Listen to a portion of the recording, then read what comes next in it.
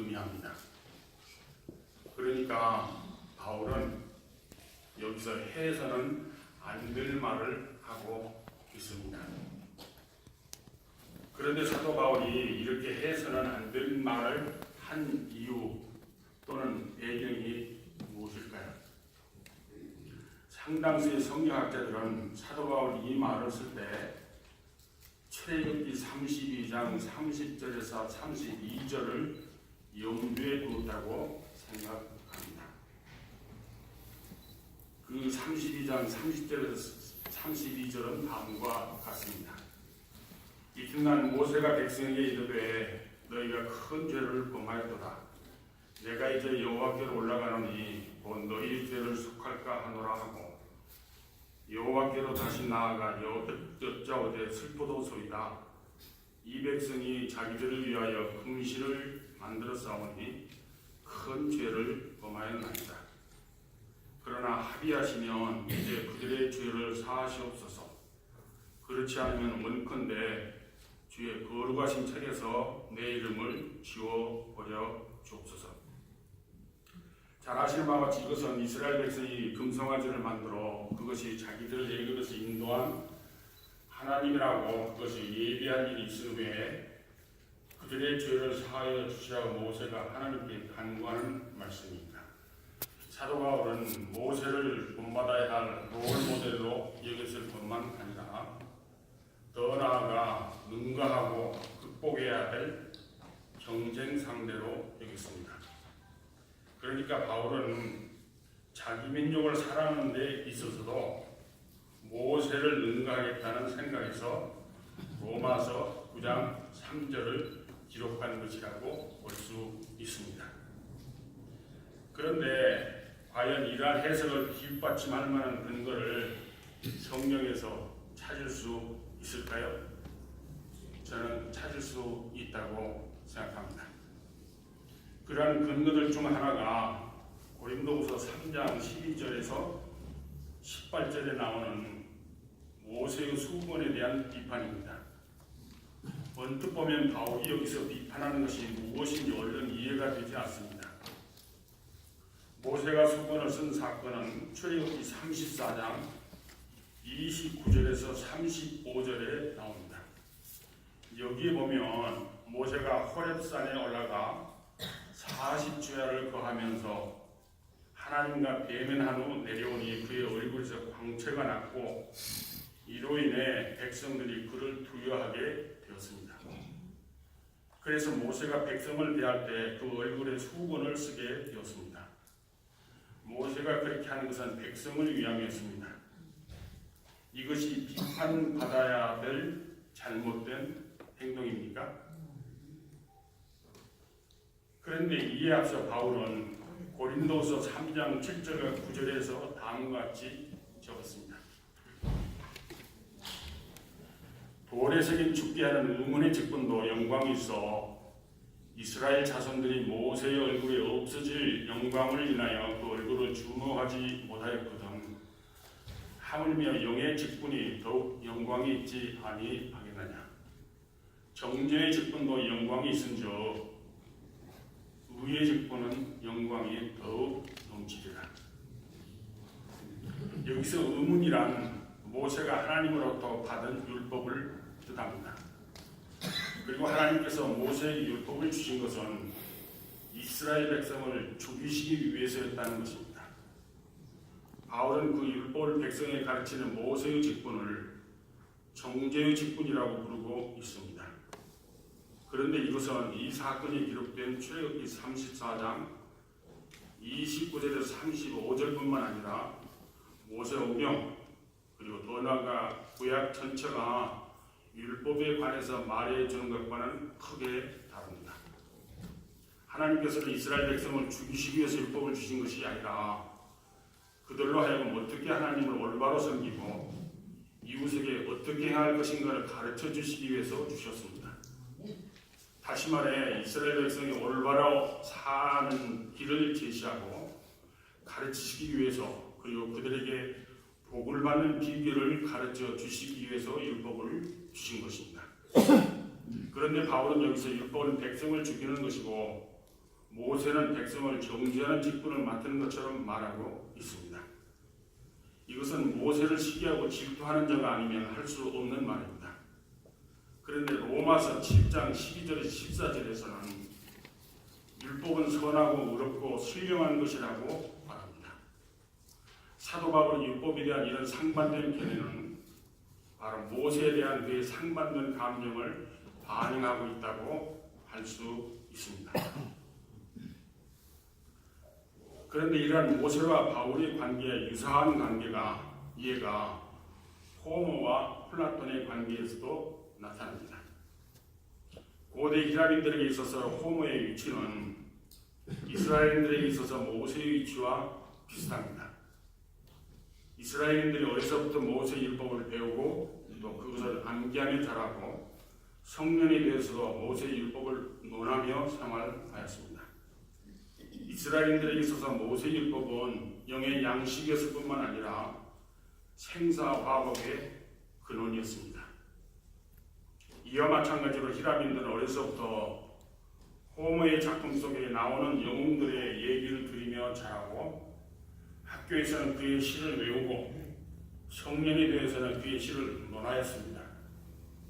호모의 시를 얼마나 잘 해석하느냐가 지식인의 우위를 가늠하는 척도였습니다. 노인들은 그의 시에서 위로와 기쁨을 찾았습니다. 실로 요람에서 무덤에 이르기까지 호모는 그들 곁을 떠나지 않았습니다. 그래서 그의 두 작품 일리아드와 오디세이아는 히라민들의 바이블이라고 부릅니다.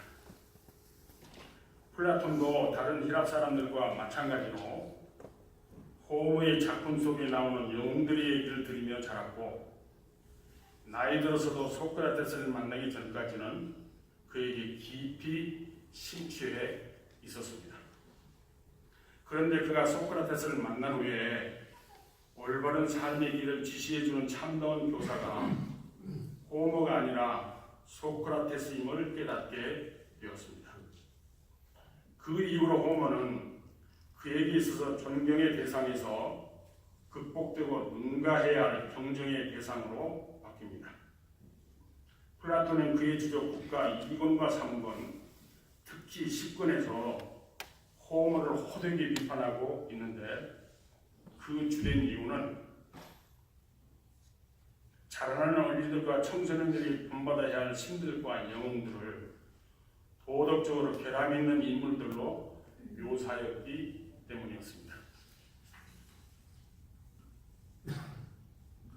플라톤이 활동했던 시대의 히랍 세계, 특히 아테네는 쇠퇴의 길을 걷고 있었습니다. 이 쇠퇴에 가는 아테네를 찬란했던 5세기 문화 또는 그 이상으로 회복시키는 것이 플라톤의 일생일대의 목표였습니다. 플라톤은 국가에서 그가 생각하는 이상적인 국가를 그리고 있는데 그것은 사실은 히랍 세계 즉 아테네에 대한 개혁의 청사진이라고 할 수 있습니다. 그가 말하는 개혁은 곧 교육의 개혁입니다. 그러니까 플라톤의 이상국가는 다름 아닌 이상적인 교육이 실시되는 국가입니다. 이상적인 교육이란 시민들을 덕스러운 사람들로 만들어 그들로 하여금 가장 고귀한 삶을 살게 만드는 교육입니다. 그런데 플라톤에 의하면 이런 이상적인 교육은 이상적인 지도자에 의해서만 실시될 수 있습니다. 이 이상적인 지도자가 바로 철인입니다. 플라톤이 말하는 철인, 즉 참된 철학자는 이데아, 특히 이데아 중에 최고의 이데아인 선의 이데아에 대한 지식을 소유한 사람들입니다. 이데아에 대한 지식을 소유한 사람은 다름 아닌 이데아를 닮은 사람입니다.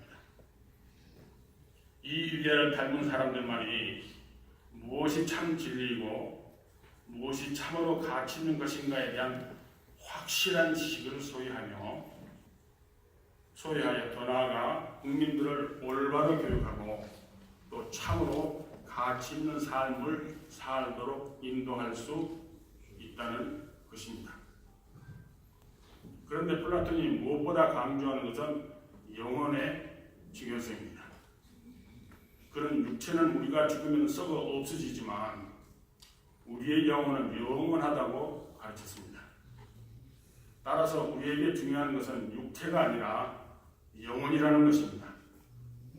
그러므로 인간은 육신을 위해서가 아니라 영혼을 위해서 살아야 한다는 것입니다. 왜냐하면 이 세상에서의 삶은 일시적이지만 사후의 이데아의 세계에서 영혼의 삶은 영원한 것이기 때문이라는 것입니다. 여기까지만 들으셔도 플라톤이 왜 기독교에 그토록 많은 영향을 미쳤는지를 짐작하실 수 있으실 것입니다. 저는 플라톤이 일어났던 변화와 유사한 변화가 바울에게도 일어났다고 생각합니다.